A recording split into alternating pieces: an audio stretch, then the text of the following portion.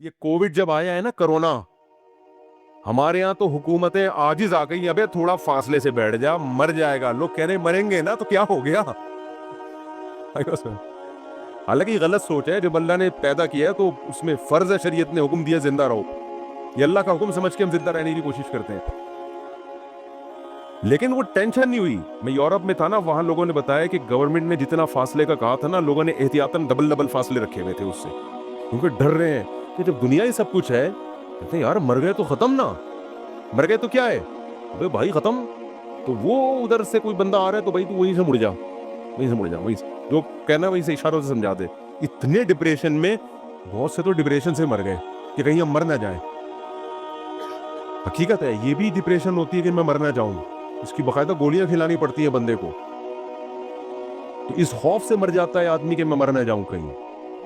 مسلمان کو اللہ نے آخرت کے لیے بنایا, وہ اس خوف سے بولو نہیں مرتا. کہتے یار دیکھو, ہمیں اگر یقین ہو جائے نا کہ آج مر جائیں تو اللہ ہم سے راضی ہے, تو میں کہتا ہوں ابھی مر جائیں, فوراً ایک سیکنڈ بھی نہ بچے. ہم کیوں مرنا نہیں چاہتے کہ پتہ نہیں جائیں گے کہاں. مسئلہ سارا یہ ہے. آئی بات سمجھ میں؟ اصل مسئلہ یہ ہے کہ پتہ نہیں ہمارے اعمال اس قابل ہیں یا نہیں کہ جنت میں جائیں. تو ہم پھر کوشش کرتے ہیں تھوڑا زندہ رہ لیں تاکہ کچھ توبہ کی توفیق مل جائے, کچھ اور اچھے اعمال کی توفیق مل جائے, کچھ برائیاں اگر ہوں تو ان سے بچنے کی توفیق مل جائے. تو مسلمان تو زندگی اس لیے مانگتا ہے تاکہ جو خامیاں ہیں ان کو ٹھیک کرنے کا اس کو موقع مل جائے. ورنہ میرے بھائی یہ زندگی مقصود نہیں ہے. مرے گا آج نہیں تو کل مرے گا. اور کمال کی بات یہ ہے کہ جس کے موت کا خوف نکل جائے تو وہ مرتا بھی جلدی نہیں ہے, وہ ٹینشن فری ہو جاتا ہے نا. مرے گا کسی اور وجہ سے, ٹینشن سے نہیں مرتا پھر وہ.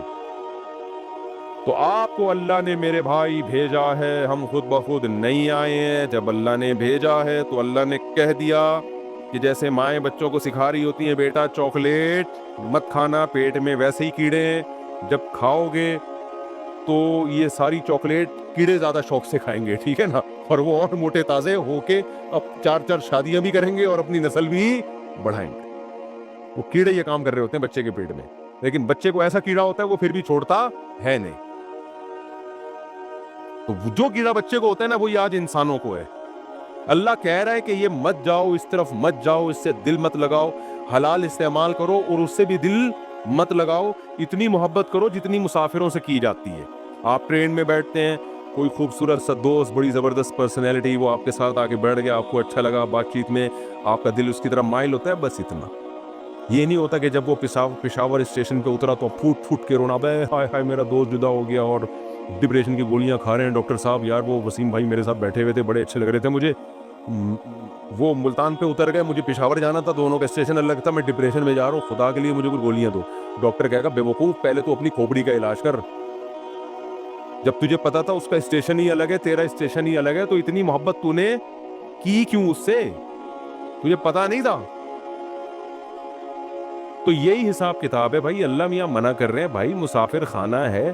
دیکھو ہم سے پہلے 60-70 سال پہلے آپ کبھی کراچی کا نا لکھیں کہ 1974 میں کراچی کیسا تھا یا 1960 میں کیسا تھا, تو آپ کو یوٹیوب پہ ویڈیوز آ جائیں گی, ٹانگے والے آئیں گے, کچھ برگر آئے گا, کچھ بڑا اچھا سا کراچی آئے گا پرانے زمانے کا نا, سارے جوان لوگ نظر آئیں گے. پھر آپ دیکھیں یہ جوان میں سے ایک بھی ابھی مارکیٹ میں نہیں. سارے کہاں ہیں, کوئی پاپوش کے قبرستان میں, کوئی سخی حسن میں لیٹا ہوا ہوگا جس کی ہم ویڈیو دیکھ رہے ہیں, اور وہ بھی خوش قسمت ہے جو لیٹا ہوا ہوگا, ورنہ گورکن پارٹس نکال کے کوئی ہو سکتا ہے گردہ غفار بھائی کے لگا ہوا اس کا. صحیح بات, کوئی بھروسہ نہیں ہے بھائی. تو ڈاکٹروں نے بھی ایک کام شروع کر دیے ہیں, جیسے ہی تازہ مردہ ہو پارٹس نکال کے جس کے جو فٹ آ رہا ہے اس کے لگا دیا, چل گیا. تو مردے کا بھی تمیز سے نہیں سو سکتا قبر میں. تو آپ دیکھیں پرانے زمانے کی نا وہ ویڈیوز دیکھیں, اور پھر دیکھیں یہ سارے مارکیٹ سے کیا ہو گئے شارٹ. تو کل بہت جلد لوگ دیکھ رہے ہوں گے یار 2022 میں لالو کھیت کی مسجد میں بیان ہو رہا تھا, تو ہم نظر آئیں گے اس کو بیان کر رہے ہیں, شادیوں کی باتیں, بچے پیدا کرنے کی, آپ لوگ بھی انجوائے کر رہے ہیں. وہ پھر وہ مولوی صاحب یہ سمجھا رہے ہوں گے یہ جتنے بھی لوگ ہیں نا یہ ہیں نہیں تھے, ٹھیک ہے نا. کوئی پاپوش کے قبرستان میں, مجھے تو قبرستانوں کے نام بھی نہیں آتے یار, سخی اعظم کے قبرستان میں, کوئی فلانے قبرستان میں, کوئی فلانے قبرستان میں, سارے مارکیٹ سے کیا ہے شارٹ. یہ وہ لوگ ہیں جو کہتے تھے کہ جس کے پاس بحریہ ٹاؤن کا پلاٹ ہے نا, کامیاب صرف وہی ہے. آئی بات سمجھ میں؟ یہ وہ لوگ تھے جب بھی ملا کرتے تھے بولتے تھے یار تیرا سورس آف انکم کیا ہے یار, بتا یار تو کماتا کیا ہے. وہ کہیں گے میں ٹھیلا لگاتا ہوں, 2 ٹکے کا آدمی نہیں ہے, دفاع ہو یہاں سے. ٹھیلا لگاتا ہے, ٹماٹر بیچتا ہے, ادھر جا. اور جب کوئی ان سے آگے ملتا تھا کہ جی میں وہ میرا بزنس ہے اصل میں تو ڈالر چھاپ رہا ہوں, میری تو فیکٹری ہے, اس کو گلے لگاتے ہوئے یار. سکسیس اس کو بولتے ہیں. لگتا ہے تو نے کسی موٹیویشنل اسپیکر کی تقریر سن کے عمل کیا ہے. تو جواب میں کہا بھائی موٹیویشنل اسپیکر تو مجھ سے سیکھ کے جاتے ہیں. جیسے میں کہیں بیٹھا ہوا تھا نا مسجد میں, میں نے تیسری شادی کی تھی اس وقت معذرت کے ساتھ, تو کچھ لڑکے بیٹھے ہوئے تھے, معذرت اس لیے کہ لوگوں کی ایک نہیں ہو رہی, پھر وہ بہت شرمندہ ہوتے ہیں ایسی باتیں سن کے نا, تو میں معذرت کر لیتا ہوں احتیاطاً. میں بیٹھا ہوا تھا نا تو لڑکے میرے سامنے تو بات کرتے ہیں نہیں.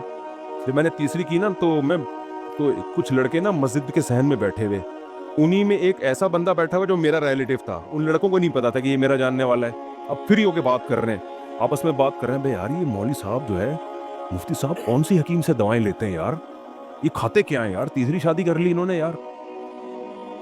دوسرا کہتا ہے ابے حکیم خود ان سے دوائیں لے کے جاتے ہیں. پھینکتے جا رہے ہیں. کچھ 4 شادیوں کے لیے نا کوئی بہت پاور کی ضرورت, جو روٹی کھا رہے ہو نا یہ کافی ہے. سمجھ رہے ہو نا, یہ اللہ نے مرد کی نیچر بنائی ہے, یہ اتنا کافی ہے اس کے لیے کہ جو روٹی جو کھا رہے ہو نا آپ, ہم تو اپنی ضرورت سے زیادہ کھا رہے ہیں, تبھی تو پھٹ رہے ہیں دھماکوں سے جا کے, بھول جاتے ہیں, گول ہو جاتے ہیں, تو انرجی زیادہ کھا رہے ہیں. تو یہ اتنا اس میں ڈرنے کی ضرورت بالکل بھی نہیں. اب آپ کہو گے کہ جب میں نے دنیا کی ویلیو 2 ٹکے کی نہیں چھوڑی تو اس میں شادیاں بھی تو آ گئی نا, بچے بھی آ گئے, تو پھر ہم چھوڑ دیں سب کچھ. مسافر خانہ ہے, یہ 4 عورتیں بھی تو چھوڑنی ہے نا اپنے, بچے ہوں گے تو وہ بھی خبر میں اتاریں گے. تو کیا ضرورت ہے بحریہ ٹاؤن میں بزنس کرنے کی, کیا ضرورت ہے ڈاکٹر بننے کی, بس یہ آخری بات, کیا ضرورت ہے انجینئر بننے کی, کیا ضرورت ہے سائنٹسٹ بننے کی, کیا ضرورت ہے بزنس مین بننے کی, کیا ضرورت ہے بچوں کا باپ بننے کی. تو چھوڑ دو, 2 ٹکے کی ویلیو نہیں ہے. اب کیا کرو, جنگل میں نکل جاؤ, اللہ اللہ کرو, اللہ کو راضی کرو, مریں گے سکون سے, دنیا سے چلے جائیں گے. کیا خیال ہے؟ بعض لوگوں کو یہ بھی اشکال ہوگا جب یہ بیان سنتے ہیں, یار جب مسلمانوں کے دل میں دنیا کی 2 ٹکے کی ویلیو نہیں رہے گی تو یہ تو ترقی میں اور پیچھے ہو جائیں گے. نہیں آ رہی بات؟ پہلے ہی ہم ترقی میں اتنے پیچھے ہیں, وہ ان کی ٹرینیں دیکھو.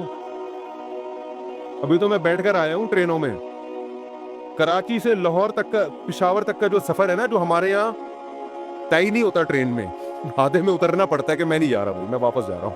حقیقت میں تیز گام میں گیا فیملی کے ساتھ, کراچی سے پنڈی. فیصل آباد کے بعد مجھے وسوسے آنا شروع ہو گئے, بھائی یہیں اتر کے واپس چلتے ہیں, ہم جا ہی نہیں رہے پنڈی. اتنا لیٹ کیا ہے نا بھائی, چل لے, خدا کا واسطہ چل لے. پہلے تو کراچی میں یہ ہوا کہ 4 نمازیں ہماری اسٹیشن پہ ہوئی ہیں, ظہر اثر مغرب عشاء, چلی نہیں رہی. چلی ہے تو جھاڑ پھونک دعائیں پھونکے لگا کے تھوڑا ہل لے بھائی, پتہ نہیں کس, اب تھوڑا بہتر ہو گیا نظام. تو فلائٹیں کتنی لیٹ ہو جاتی ہیں. میں اپنے بچوں کو پہلی دفعہ میں نے کہا چلو جہاز میں بٹھاتا ہوں, ان کو خوش ہوں گے, تو میں نے کہا دن کی روشنی میں نا, میں نے تھوڑا مہنگا ٹکٹ لیا کہ بچے تھوڑا دن کی روشنی میں جہاز سے اڑتا ہے, ان کو اچھا لگتا ہے نا, تو تھوڑا مہنگا کیا. ایک دفعہ تو بچوں کو جہاز میں تو بیٹھے نا, تو ہم جب ایئرپورٹ گئے تو پتہ چلا 7 گھنٹے فلائٹ لیٹ ہے. اتنی ٹینشن سے صبح کا ٹکٹ لیا, اڑے وہی رات ہی کے اندھیرے میں. سمجھ رہے, یہ الحمدللہ پیکیجز ہیں یہاں پہ گورنمنٹ کی طرف سے نا, بہت زبردست پیکیجز ہیں. تو ہاں وہ ہم جب گئے نا, تو کیا کہہ رہا تھا میں, ہاں میں کہہ رہا تھا کہ سوال پیدا ہوتا ہے جب مسلمان کی نظر میں اس دنیا کی ویلیو ابھی تو تھوڑی سی ویلیو ہے, تو اس نیت سے تھوڑی اسٹرگل کر لیتا ہے کہ کچھ ویلیو ہے. جب مولوی لوگ بالکل ہی ویلیو نکال دیں گے, 2 ٹکے کی ویلیو نہیں رہے گی, تو پھر تو ہم ترقی میں اور زیادہ پیچھے. پھر تو ہماری ٹرینیں کراچی سے پشاور ابھی 48 گھنٹے میں پہنچ رہی ہیں. جب دنیا کی کوئی ویلیو نہیں رہے گی تو اور خراب انجن آ کے لگیں گے کہ جب دنیا مسافر خانہ ہے تو انجن سے دل کیوں بہلا رہے ہو؟ کھٹارے انجن رکھو نا. کیا خیال ہے بھائی؟ مسافر خانہ ہے نا, سفر ہے بھائی, پائیدان پہ جگہ ملے تو بھی ٹھیک ہے. ہم تو یہی W11 کی مثال دیتے ہیں کہ سیٹ مل جائے تو اچھی بات ہے, نہیں تو اس چکر میں سفر تھوڑی چھوڑتا ہے. تو اس کانسیپٹ کو کلیئر کرنے کی ضرورت. دیکھو, ہمیں اللہ نے پیدا کیا اپنی عبادت کے لیے, اپنی غلامی کے لیے. مجھے راضی کرنا ہے تو اللہ کو راضی کرنے کے جتنے کام ہیں نا سارے کرنے پڑیں گے. ان کاموں میں دنیا کمانا بھی ہے. دل لگانے پر پابندی ہے, کمانے پر پابندی نہیں ہے. نہیں آئی بات سمجھ میں؟ دل لگانے میں اور کام کرنے میں فرق کیا ہے؟ اب سوال پیدا ہوتا ہے جب دل ہی نہیں لگے گا تو کمائیں گے کیسے؟ ابے اللہ کے لیے کمائیں گے نا, اور جب اللہ کے لیے کمائیں گے تو کچھ لذتیں بھی حاصل ہوں گی دنیا کی, پھر ان لذتوں میں مزہ بھی آئے گا. دیکھو, جب آپ افطاری کے وقت رمضان میں صبح روزہ رکھتے ہو, سحری کے وقت, ٹھیک ہے نا, شدید گرمی کا روزہ ہے, بڑا لمبا روزہ ہے, سارا دن بھوکے پیاسے, کیوں اللہ نے پابندی لگائی ہے, نہ پانی پینا ہے نہ کھانا کھانا ہے, برداشت کیا اللہ کے لیے. پھر جب سورج غروب ہونے کا وقت آتا ہے, اب اللہ کہہ رہے میری عبادت اگر کرتے ہو تو کیا کرو؟ اب نہیں کھاؤ کیا؟ اپنی خواہشات قربان کرو, یہ بولتا ہے اللہ. اب اللہ کہتا ہے اب جو دیر کرے گا وہ گنہگار ہوگا, اب کھاؤ. کیا کرو؟ کھاؤ. اب ہم کس کو خوش کرنے کے لیے کھاتے ہیں؟ ڈبل مزہ آتا ہے کہ نہیں آتا؟ ایک مزہ یہ آتا ہے کہ پکوڑوں کا مزہ آ رہا ہے, سموسوں کا مزہ آ رہا ہے. دوسرا, اس سے اللہ خوش بھی ہو رہا ہے. اس سے اللہ کیا ہو رہا ہے؟ تو دنیا کا مزے کا مزہ اور اللہ کی عبادت کی عبادت.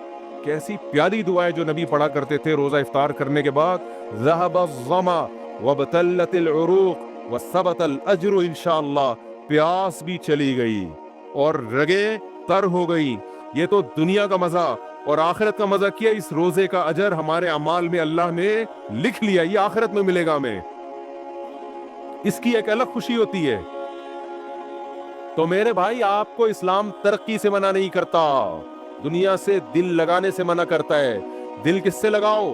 اللہ سے. لہذا اللہ کے لیے کسی سے لگانا پڑے تو لگاؤ. اللہ اگر منع کر رہا ہے لگانے سے تو یعنی دل تو دنیا سے بھی لگے گا, مگر اتنا لگے گا جتنی اللہ اجازت دے رہے ہیں اور جس سے اجازت دے رہا ہے.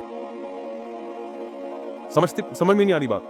اللہ کہہ رہا ہے بیگم سے بھی محبت کرو, اولاد سے بھی, اور ماں باپ سے بھی. زیادہ کس سے کرو؟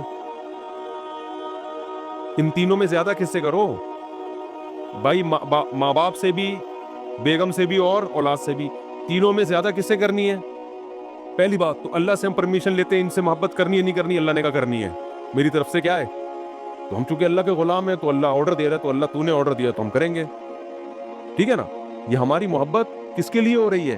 اللہ کے لیے ہو رہی ہے. تو یہ اللہ سے محبت کا حصہ ہے یہ. پھر اللہ کتنی کرنی ہے؟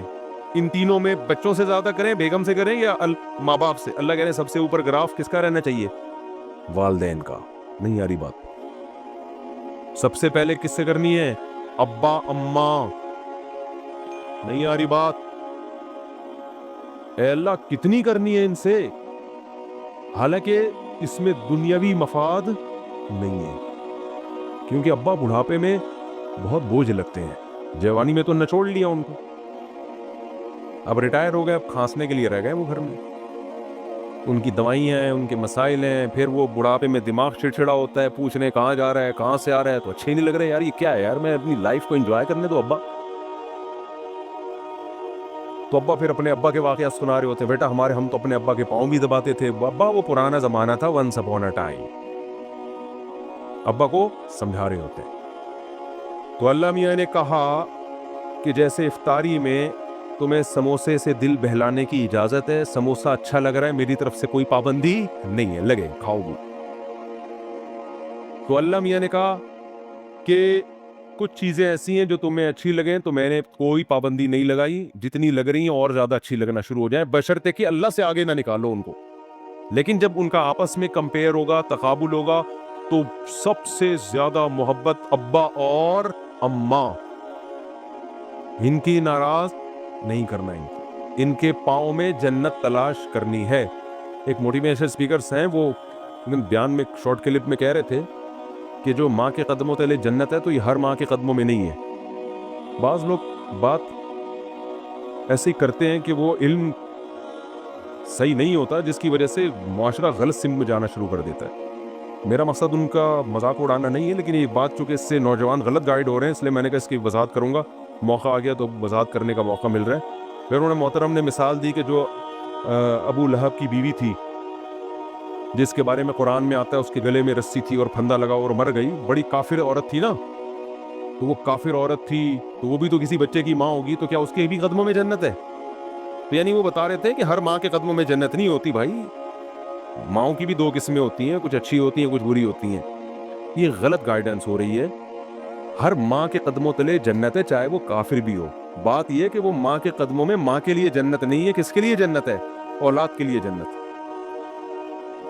میں اگر وہاں موجود ہوتا نا ورک شاپ میں, تو میں کہتا ایکسکیوز می سر, ایک بات آپ سے کرنی ہے کہ ابو لہب کی بیوی اگرچہ جہنم میں جائے گی, لیکن اس کے بچوں کے لیے اس کے قدموں میں اللہ نے جنت رکھی ہے. قرآن کہتا ہے وَإِن جَاهَدَاكَ عَلَىٰ أَن تُشْرِكَ بِي, کہ اگر تمہارے ماں باپ اتنے بڑے کافر ہیں کہ تمہیں زبردستی شرک پر مجبور بھی کرے, ان کی بات نہیں ماننی, لیکن صاحبہما فی الدنیا معروفا, پھر بھی ان کے قدموں میں تم نے جنت تلاش کرنی, دنیا میں اچھا سلوک کرنا ہے. یہی تو مطلب ہے قدموں میں جنت کا. تو آج کل اولادیں ویسے ہی ماں باپ کو نہیں پوچھ رہی ہیں, اس طرح کی تقریریں آئیں گی تو پھر اپنے ابا اماں میں عیب تلاش کریں گے وہ.